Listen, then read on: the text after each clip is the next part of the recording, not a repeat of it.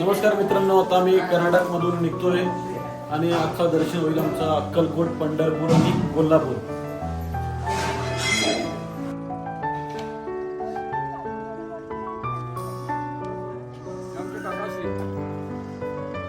काकाश्री निघाले. आज कुठला प्रवास होईल तुमचा? आता अक्कलकोटचं दर्शन घेऊ, अक्कल घेऊ थोडीशी तिथं. मग पुढे निघू. कसली अक्कल घेणार? हा? कसली अक्कल घेणार? तर देव दे तसली अक्कल घेऊ.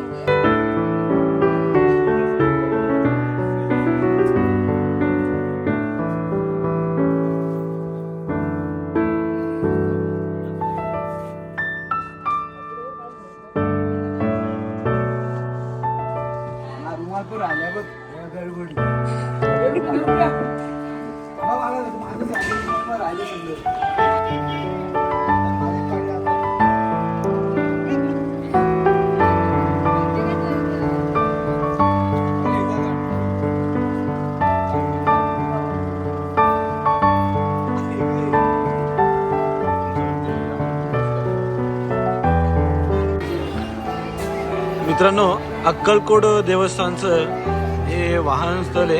इथे आपण येऊन पार्किंग करू शकता. आणि मित्रांनो, इथून मुख्य प्रवेशद्वार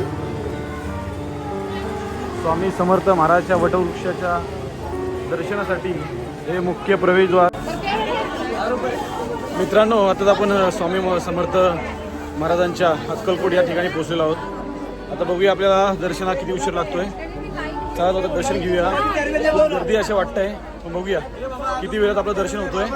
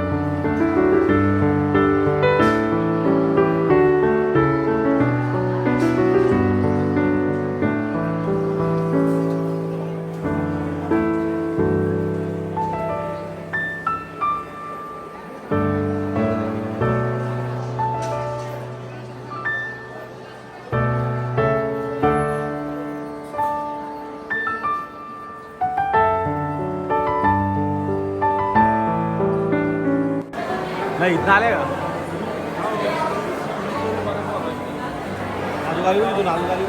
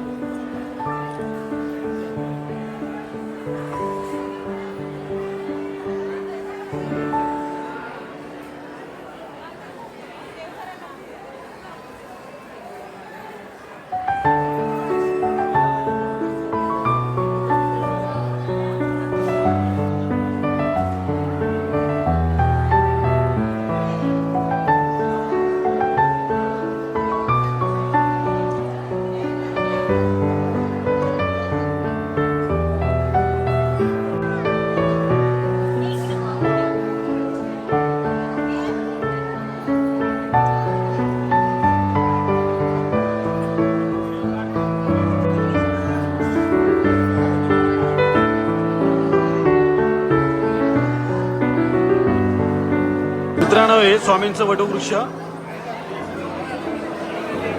आणि या समोरच्या बाजूला स्वामींची गादी वगैरे, जे स्वामी तिथे विश्राम करायचे हे ते ठिकाण.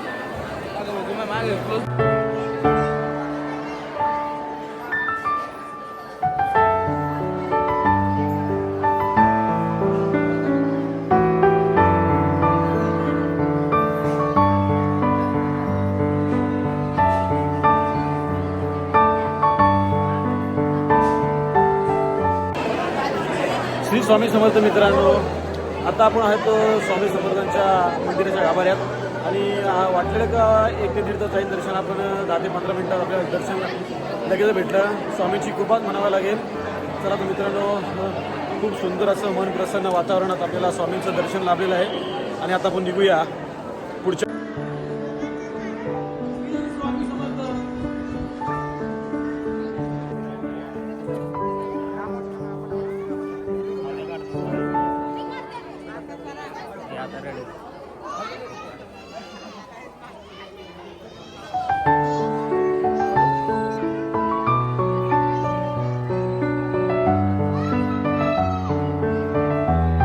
मित्रांनो, सुंदर असं दर्शन केल्यानंतर स्वामींचं थोडं गरम होऊयात. सुंदर असं गुलाबाचा चहा उपलब्ध आहे. ही ज्वारीची भाकर आहे, हे बाजरीची आहे, हे शेंगदाण्याची आहे आणि यामध्ये चटणी आहे, भाजी आहे, पिठला आहे बेसनचा. म्हणजे संपूर्ण प्रकारचा नाश्ता सकाळ सकाळ भेटतोय आणि स्वामींच्या चरणी. 50 रुपयांमध्ये मिळेल असा नाश्ता तुम्हाला मिळेल. किती आले होते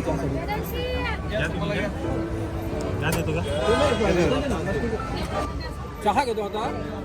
सकाळी सकाळी चहा घेतल्याने सुस्ती उडते आपली. आणि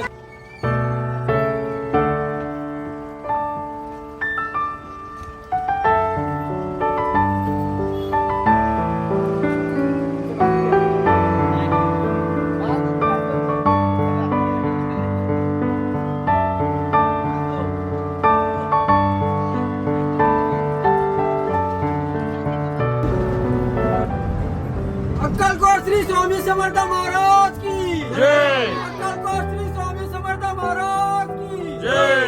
आता इथून पुढे आता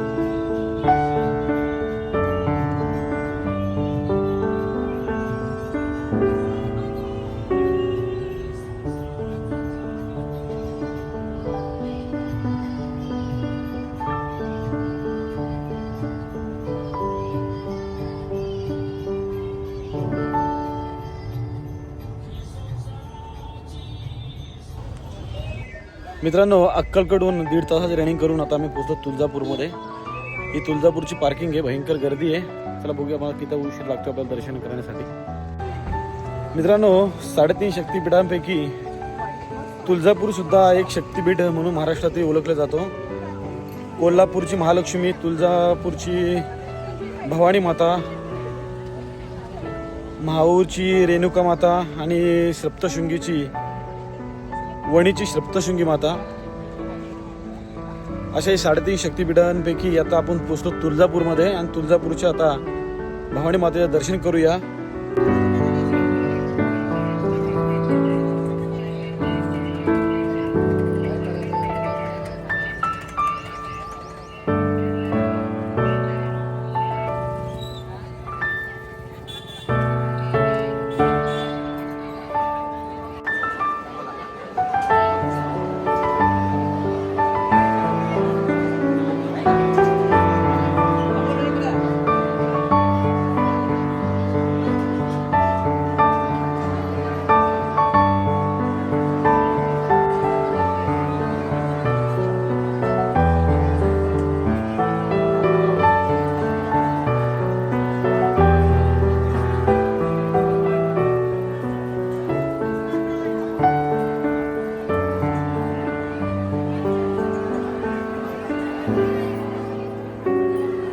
नमस्कार मित्रांनो, आता आम्ही भवानी मातेच्या गाभाऱ्यात आहोत.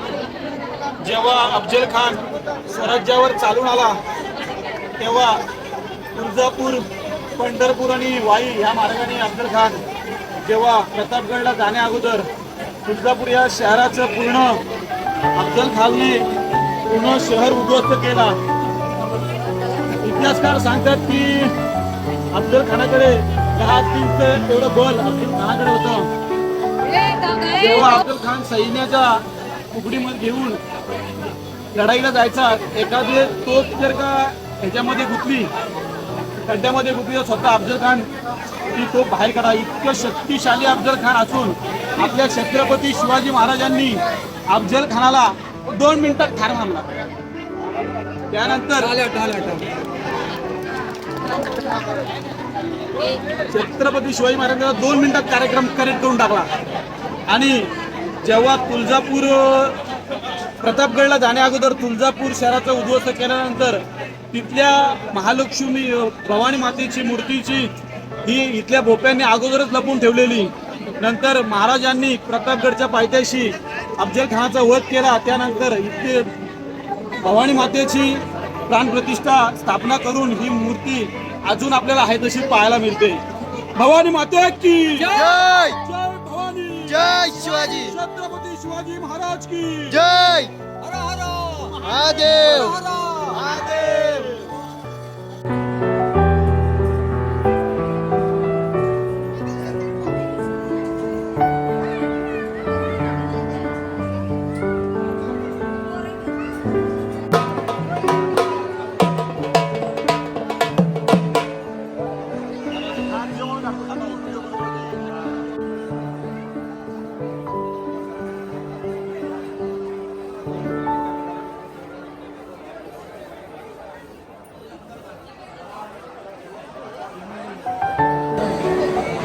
मित्रांनो, आताच आपलं भवानी मातेचं दर्शन जवळजवळ 2 ते 2.5 तास रांगेमध्ये उभं राहून आपलं दर्शन झालेलं आहे. आणि तुम्ही आता पाहिलं असेल ती चिंतामणी दगड, या चिंतामणी दगडाचं एक विशेष शास्त्र आहे की चिंतामणी दगडीवर आपण जी मनातली इच्छा घेऊन त्या दगडीवर हात ठेवलं, जर का दगड उजव्या बाजूला फिरली तर आपलं काम होणार आहे, आणि दगड जर का डाव्या बाजूला फिरली तर आपलं काम होणार नाही. आणि जर का ती दगड स्थिर राहिली तर त्या दगडीचा अर्थ, स्थिर राहण्याचा अर्थ असा आहे की आपलं काम होण्यासाठी अजून उशीर आहे. मित्रांनो, इतिहासकार सांगतात की ह्या दगडीचा वापर छत्रपती शिवाजी महाराजांनी सुद्धा केलेला आहे. कारण की जेव्हा छत्रपती शिवाजी महाराज युद्धाला जायचे तेव्हा छत्रपती शिवाजी महाराजांच्या मनात एखादी कुठली शंका निर्माण झाली तर ह्या दगडीचा छत्रपती शिवाजी महाराज वापर करत असे.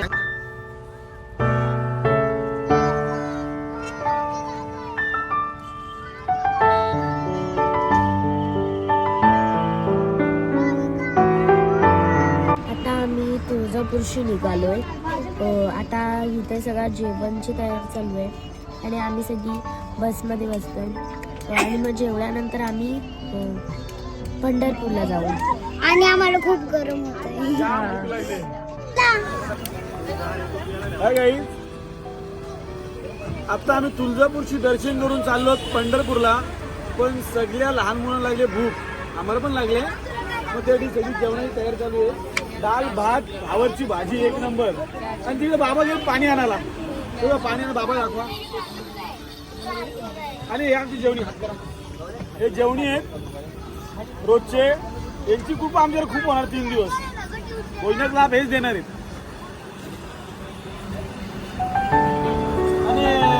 आणि कॅप्टन, काय कॅप्टन,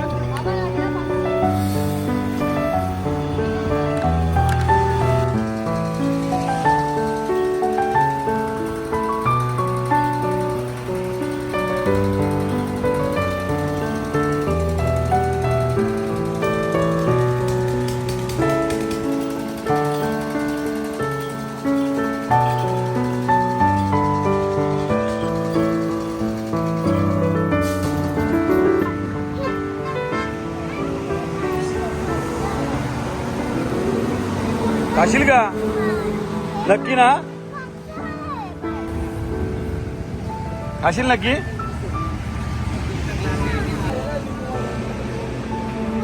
बघू, तोडून दाखव दाताने.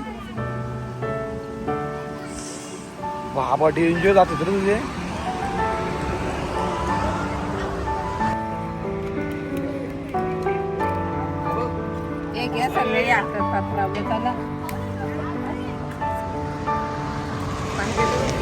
वेगळे पाहिजे तुम्ही.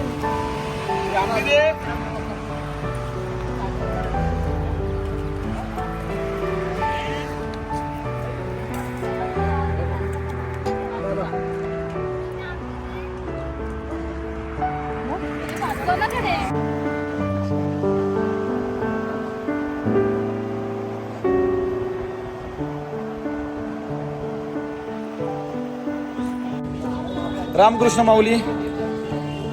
आता आपण तुळजापूरहून पोचलो पंढरपूरमध्ये. आता पंढरपूरमध्ये विठ्ठल रुक्माईचं दर्शन करून आपण निघणार आहोत कोल्हापूरला. तर आता बघूया, गर्दी तर वाटते. बघूया किती तासामध्ये आपलं दर्शन होतोय.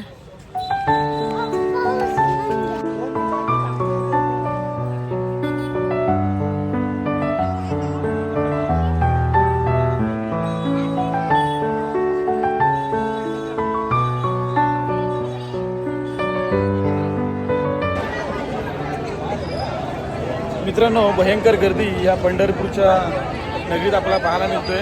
हा मागची साईड होती गर्दीची, तर चंद्रभागेच्या तिरी जाण्याचा मार्ग हा आपल्याला या विठ्ठल रुक्मिणीच्या मंदिरासमोरून दिसतोय.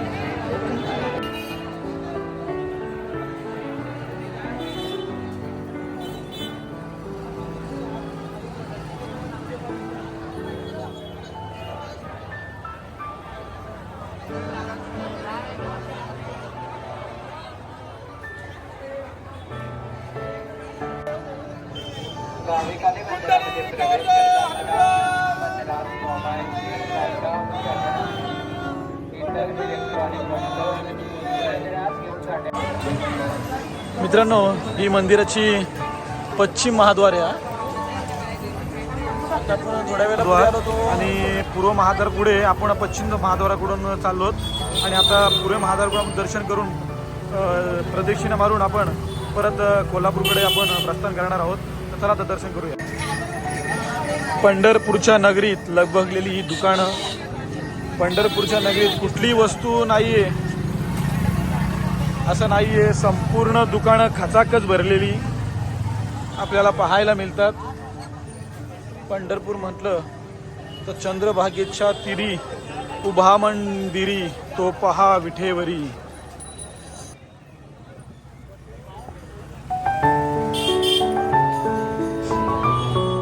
मित्रांनो, काही कालानंतर पंढरपूरच्या नगरीत काही तासामध्ये आमचं दर्शन झालं होतं आणि एक प्रदक्षिणा मारून आता आम्ही निघतोय कोल्हापूरच्या वाटेवरती. चला तर मग निघूया आपण कोल्हापूरला. रामकृष्ण हरी.